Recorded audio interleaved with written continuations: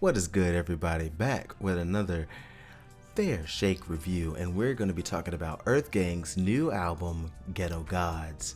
And I was pretty excited to see what this is going to end up being like because I did enjoy a good amount of Mirrorland, their last album.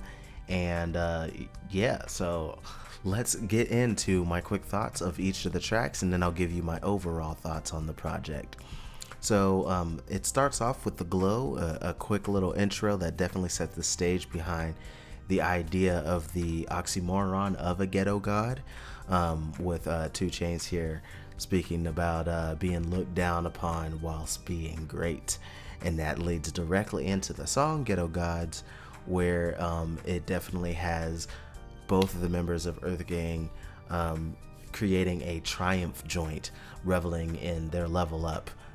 Being from the ghetto, but now getting to a point where they have wealth and they can enjoy it.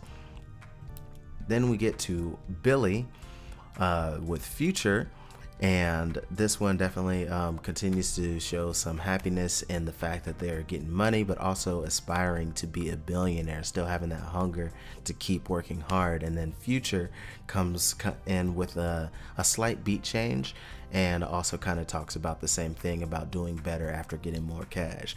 And I actually really enjoyed that feature. I thought it was really good.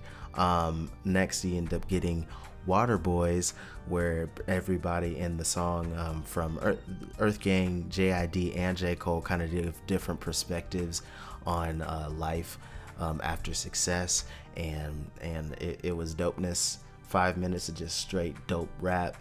Gotta love that.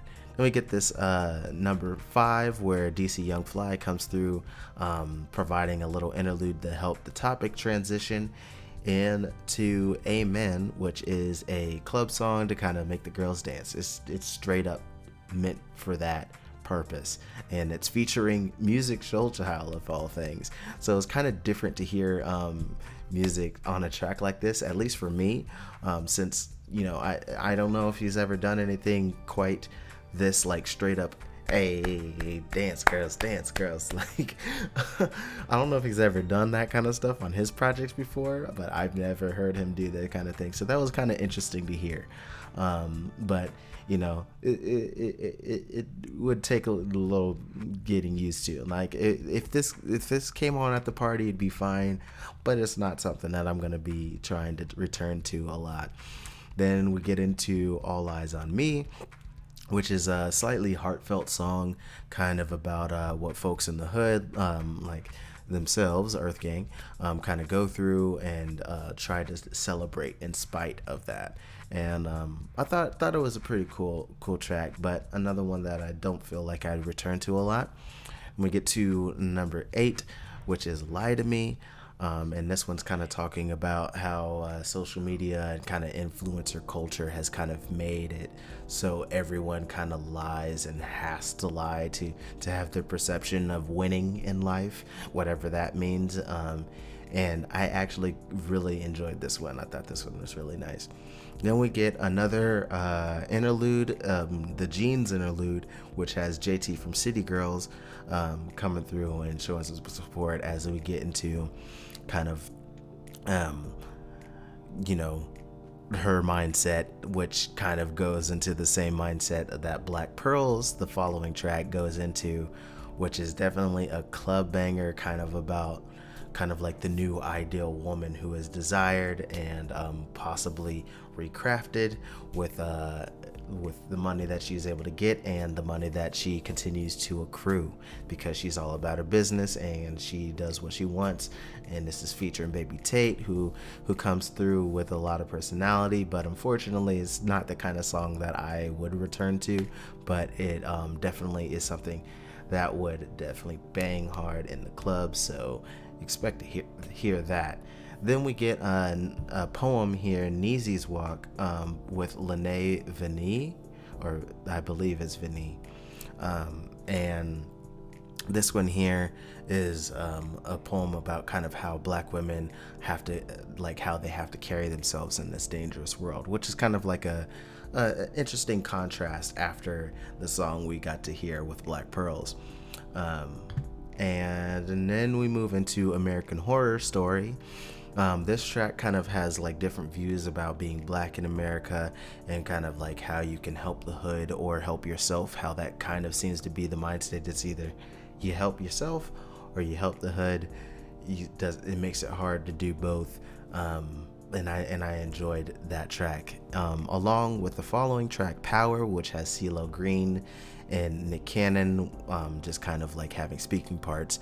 But here in Power, we have kind of like a lot of different takes on how power is kind of like the one thing America doesn't want black people to have, and yet in some ways they can't take away that power that we have either when it comes to kind of culture.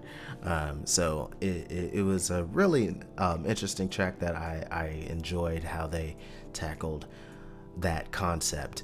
And then we get into Zaza, which is another quick a transitional interlude with DC Young Fly, kind of going into about smoking weed. So we get Smoke Some after that, is definitely a weed smoker's anthem, and is kind of just showing how some smoke to escape while others smoke just to kind of enjoy themselves and enjoy that feeling. But not really something for me. Then we get into Strong Friends, which I quite enjoyed, which is a very smooth joint, kind of about how important it is to kind of de-stress and also talk to people about what's weighing on your mind, even when they seem like they're the people who always have everything together, because everyone has weekdays and everyone has problems and struggles. So it's always good to make sure to check up on your strong friends. Don't be afraid to talk about things that are weighing you down, because it can help relieve some of that stress. Then we get the final track, Run To, with Ari Lennox singing all over it, in not a bad way, but she's doing her thing, and then this kind of just seemed, the verses in this one just kind of seemed kind of like a stream of consciousness, and a bit of self-reflection on just themselves and where they're at currently in life, in these verses here on this closing track. So yeah, overall this to me was a very Atlanta project, that kind of balances the kind of typical hood mentality and a bit of social commentary on black lifestyles in America. And overall, personally, it was kind of hit or miss, as the occasional lack of focus sometimes in the verses, between like the approaches and songs, kind of made it difficult to determine whether I enjoy it or not, because sometimes they would seem to have a concept that they're both going at, but then there's be weird splinters off in different directions that made it seem like they weren't trying to tackle the same thing sometimes. And so that made it hard for me to be like, yeah, I completely like this, because sometimes it'll be like, oh, I like his verse, I don't know what he was doing in this verse, and that would happen to me a lot.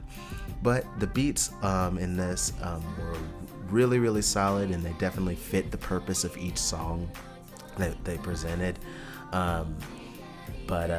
Yeah, it was nice to hear a bit of the success that they've been able to have and how it's had some positive effects for the duo.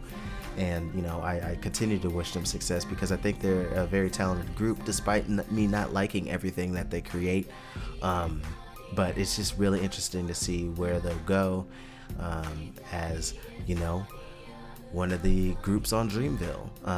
So yeah, I'd like to know what you guys think of this project if you've listened to it, so please leave your thoughts in the comment section down below. I really would like that.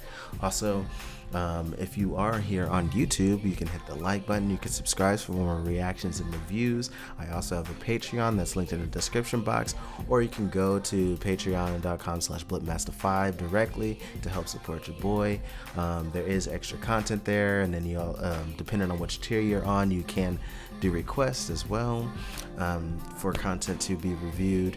Also, the Muddy Cold leader of the blog has a Patreon as well, so if you want to support her, then go to Muddy Colt Miko is how you'll be able to find her. And yeah, that is gonna be it for today. So until next time, much love, peace.